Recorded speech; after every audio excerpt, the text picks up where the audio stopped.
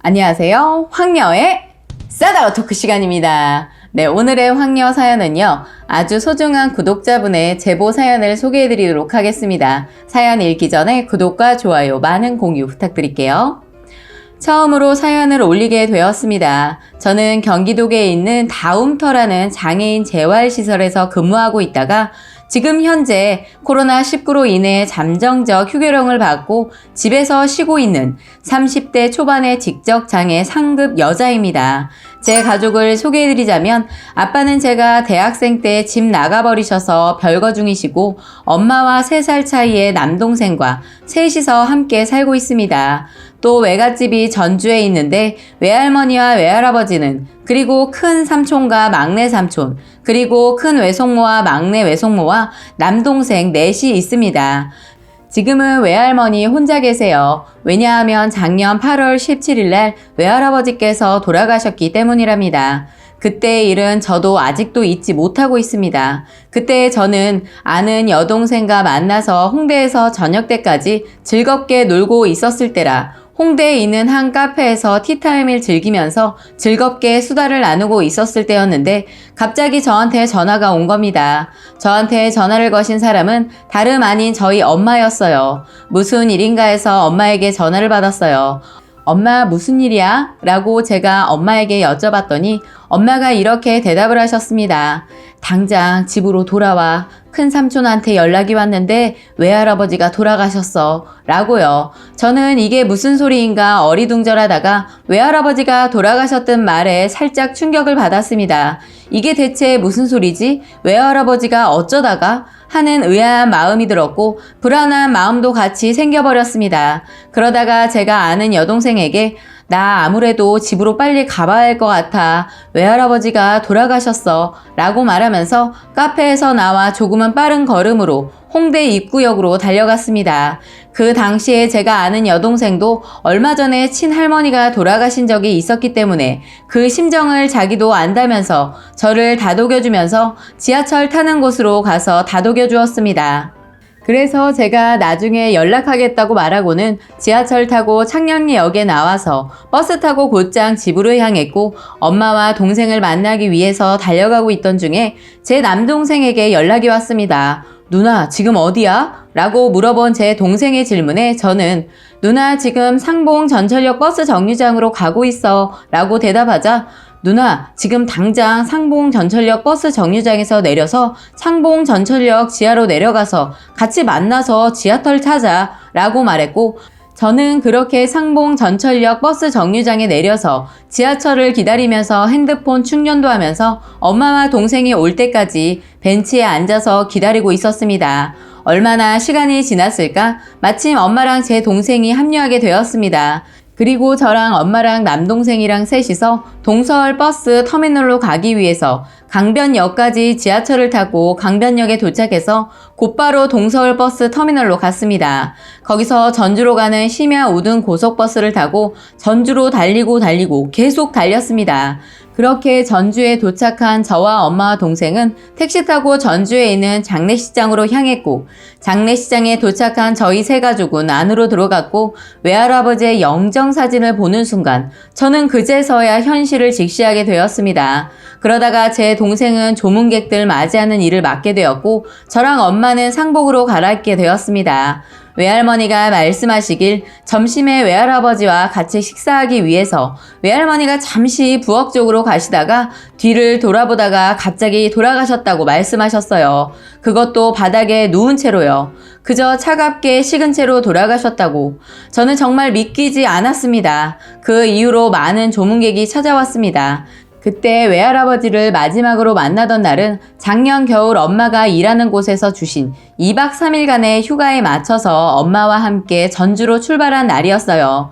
그때 외할아버지께서는 알츠하이머와 파킨슨병, 합병증까지 앓고 계셨는데 오랜만에 할아버지를 만났을 때 저랑 엄마를 조금씩 기억하시는 게 전부였는데 이렇게 외할아버지가 돌아가셨다는 사실에 정말로 믿어지지가 않았습니다. 저는 외할아버지의 유일한 손녀딸이기 때문에 외할머니랑 외할아버지 정말 좋아했거든요.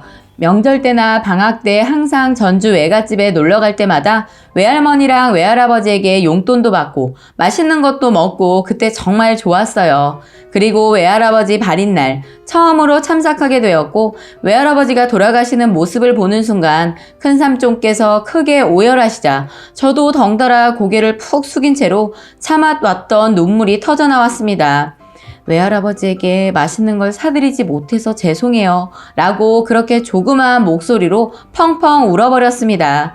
그렇게 외할아버지의 발인이 끝나고 나서 저는 울다가 지쳐서 잠이 들었다가 깨길 반복하다 보니 아는 분들에게도 인사도 하고 또 울고 그러고 나니까 잠이 아예 오지 않았어요. 울다 지쳐서 잠이 오질 않더라고요. 그 후 처음으로 외할아버지가 화장하시는 것을 보고 낙골당에서도 방문했었습니다. 그러다가 전주에 있는 외갓집으로 가서 3일장도 보냈습니다. 그리고 작년 추석날 저는 기초수급자가 되기 전이라 월급 받았던 돈이 어느 정도 있어서 맛있는 걸 사드릴까 하고 마음도 먹었었는데 정말 참담하다 싶었어요. 한정식 사드리고 싶었더니 너무 비싸서 좌절했던 적이 너무 많았었죠. 결국 밥 사주시는 건 저와 엄마 그리고 외할머니에게 사드리는 걸로 합의하는 걸로 했습니다. 그때 제 동생은 먼저 집으로 돌아간 상태였죠. 그때가 추석 셋째 날이었는데 제가 찜닭을 한턱 쐈었어요. 그래서 엄마랑 외할머니랑 제가 저녁에 찜닭을 먹으면서 이야기를 나눴을 때 제가 외할머니에게 말씀드렸어요. 외할머니, 저 있잖아요. 소원이 하나 있었어요. 외할아버지랑 외할머니 그리고 삼촌네와 막내 삼촌네 가족들과 엄마 남동생 데리고 호텔에 데리고 가서 호텔 뷔페에서 식사 대접하는 게 꿈이었어요. 그 소원을 이루지 못해서 가슴이 아팠어요. 라고 말했더니 외할머니께서는 제 이야기를 듣고 우셨어요. 물론 저도 마찬가지였어요. 엄마는 그런 제게 혜진아, 외할머니 앞에서 왜 할아버지 이야기는 왜 했어? 외할아버지 이야기 하지 마. 라고 말하셔서 그냥 외할아버지 생각나서 한번 이야기해봤어 라고 말했네요. 그리고 추석 연휴의 마지막 날 제가 살고 있는 집으로 돌아가는 고속버스 터미널에서도 울면서 갔습니다. 외할머니와 언제 또 다시 만날지도 모르겠고요. 그렇게 동서울 버스 터미널 가는 길에서도 한동안 울다가 멀미약 먹고 자고 그렇게 집으로 돌아왔답니다.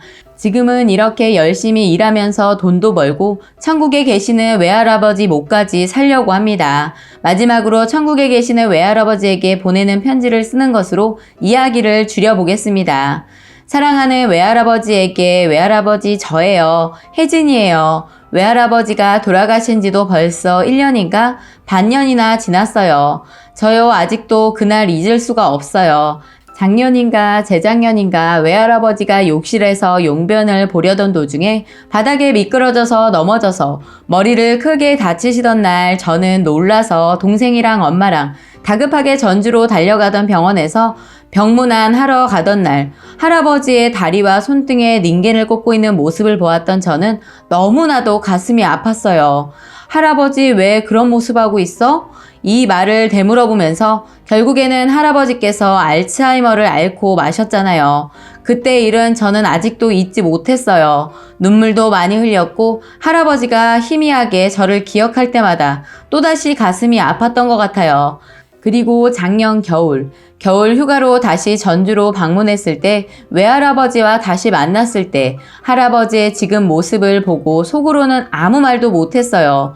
외할아버지가 이렇게나 몸이 앙상하게 마르신 걸까? 이렇게 생각하니 너무나도 울고 싶었어요. 그날 밤 기억하세요? 안방에서 외할아버지 주무시던 도중에 갑자기 끙끙 거리시더니 혜진이가 날 잡으려고 해. 혜진이가 날 밧줄로 꽁꽁 묶어서 데려가려고 해. 라고 말씀하셨을 때 너무나도 가슴이 덜컥 내려앉았어요. 그리고 제가 외할아버지의 손을 잡고 아니다. 나는 절대로 할아버지 데리고 가지 않는 거다. 하나뿐인 손녀딸인데 내가 어떻게 할아버지를 잡아가겠어. 라고 몇 번이고 이야기하면서 다독였는지 몰라요. 그리고 작년 여름 8월 17일 날 그때 홍대에서 늦게까지 놀다가 카페에서 티타임을 즐기던 도중에 엄마의 다급한 전화를 받았어요. 외할아버지가 돌아가셨다고. 저는 그 연락을 받는 순간 이게 무슨 소리지?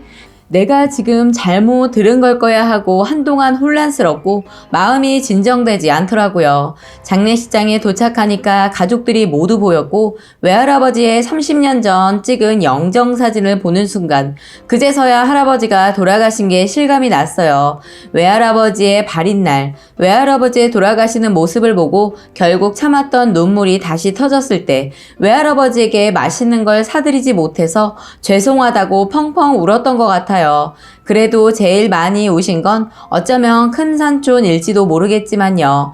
가족 모두 모여 호텔에서 식사하는 게 꿈이었지만 하지만 지금은 그 꿈은 이루지 못할 꿈으로 남아버렸네요. 추석 연휴 때 외할머니에게 처음으로 그 이야기를 꺼냈더니 눈물을 흘리시면서 나만 호강하는 것 같다 라고 우셨어요. 물론 이야기를 꺼낸 저까지도 울었지만요.